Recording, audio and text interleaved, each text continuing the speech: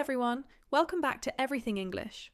Today, we're talking about a common grammar mistake that sneaks into a lot of writing, even good writing, the comma splice error.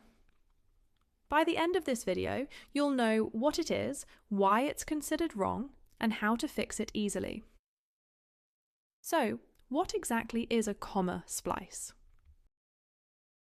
A comma splice happens when you join two complete sentences, also called independent clauses, using only a comma. Here's an example.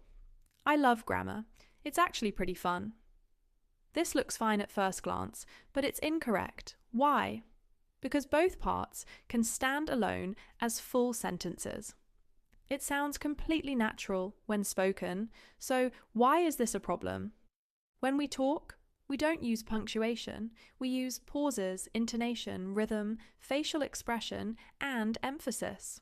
So, a sentence like, I love grammar, it's actually pretty fun, sounds natural when spoken because your voice naturally pauses or drops in pitch where the comma is.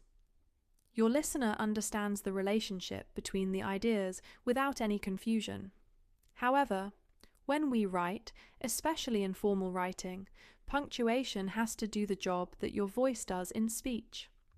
A comma alone isn't strong enough to show the separation between two complete ideas, so grammatically, it's considered incorrect, even though it sounds fine out loud. The good news? There are 4 easy ways to fix a comma splice error. Option 1.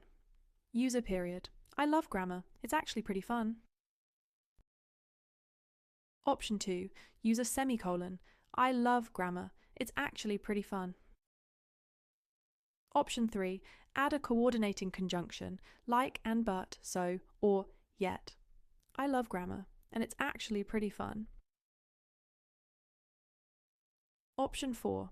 Rewrite the sentence. Because I love grammar, it's actually pretty fun for me.